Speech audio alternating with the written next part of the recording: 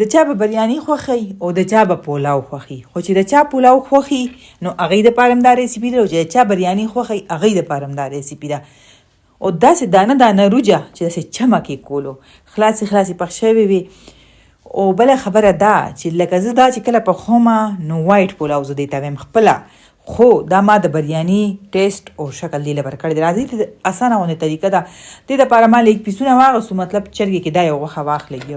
تاسو نور هم اخیستی شئ، خو د دې لږه ښایسته ښکاري. ورکې به ثابتې مسالې اچو، لکه دنیا شوه، لونګ شو، اور دارچینی شوه، تیز پات پته شوه، او سور ټکېدلې مرچکې پوډر شوې نه، او پکې به دغه واچوي، دا شنه لاچیان شو، مالګه شوه، تور مرچ شو.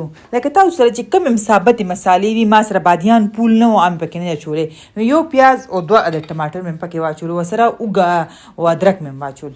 اوبه پکې ښه زیاتې واچوئ، یخني به یې جوړو. نو دلته چې دا داسې 8 منټه وخوټ کېده، نو د دې بس دا یخني تیاره شوه 8 نه 10 منټه پورې. ولې چې موږ دا پوره نه نرمو دا پتونونه چې دی چې داسې مات نشي رانه. نو به دلته یخني شوه ریډي.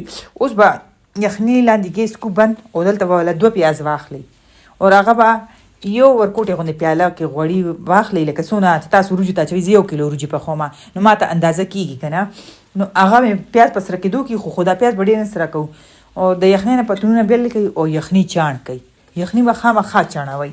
نو به دلته وګورئ چې دا پیاز داسې سره شي لکه مړه شو، خو اوس سره کېدو ته تیارېدو، خو ما سره کړي نو.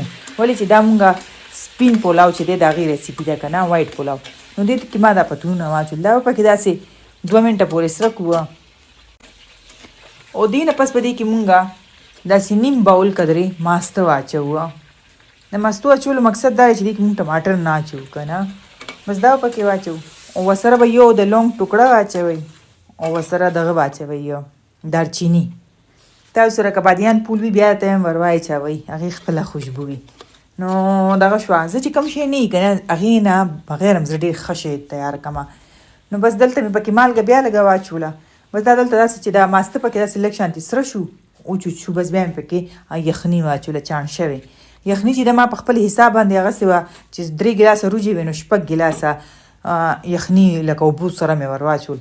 بس چې څنګه وخوټ کېږي، چې څو پورې نه خوټ کېدلې روجې پکې مه اچوئ د اوبو کې، دا همیشه دا ساتئ. او وریجې 1 ګنټې نه زیات ټایم ورکوئ. دې خوا چې دا وریجې وې که نه، دې 1.5 ګنټه شوه چې خوشتې شوې وې، ولې چې زه نور کارونو باندې لګیا وم. بس روجې مې ښایسته وینځلې وې، چاڼ کې مې اچولې وې چې اوبه ترې نه لاړې، دا مې پکې واچولې. اوس دې نه پس خو طریقه تقریبا هر چا له ورځي، خو خیر دې کې لا زه نه طریقې ښه چا ته ښیم. نو بس دلته مې ډکن پې کېښو، ما ویل چې چلو ښه تیز ګیس به ورلاندې پرېږدئ، چې ښه په تیز ګیس باندې دا روجې خوټ کېږي، نو دا بیا دانه دانه پخېږي. یو دا دغه ټریک چې امره به روجې نه ور اچوئ چې څو پورې اوبه خوټ کېدلې نه. 2م په تیز ګیس به یې پخوئ، او 3م دم به خامخا ورکوئ. دم به کله ورکوئ تاسو وګورئ. اوس دلته دا وریجې دم ته تیار شوه، دا پوره اوچه نه ده، تاسو ته ښکاري. دې کې اوبه شته، نمي شته لګیا. نو دې کې به اوس مونږ چې دی کې د پاسه پې لکه ګارنش به یې کوو. ګارنش کې تاسو خپلې مرضۍ کې سره هم شی نه استعمالولی شي. لکه ما پې واچولو فوډ د زردې کلر. دا د زردې کلر چې دی که نه، دا به د بریاني لوک دی ورکوي. شنه مرچکي، شنه دنیا پې واچوئ، شمله مرچکۍ مې پې واچولو، او دلته به بس او نیمبوان پې ښه ډېر واچوئ. ما سره نیمبوان ختم شوي وو، چې کوم میلاو شي ما مایل هسې م کور دپاره جوړې کوه، نه چاته نمایش کې ښې ګورې کور دپاره هم ښه شی جوړول پکار دی. او لاندې مې ورته ټینګی کېښود، دم مې وله ورکو، دم مې وله د 15 منټ ورکو. هغې نه پس مې ګیس ورلاندې بند کو، او 1 ساعت مې پرېښې وې، اوس مې خلاصې کړې. داسې A1 روجې تیارې وې، داسې زبردست دي که نه، چې دا نه چې دا ما پخ کړي دي یا زه هسې تعریف کوم. تعریف هغه دی چې نور خلک درته وکړي، کور والی درته وکړي.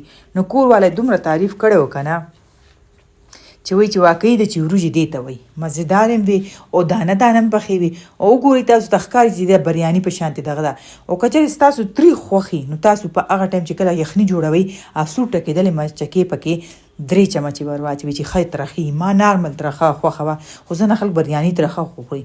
نو دا واخلئ پلاو بریاني A1 مزېداره زبردسته.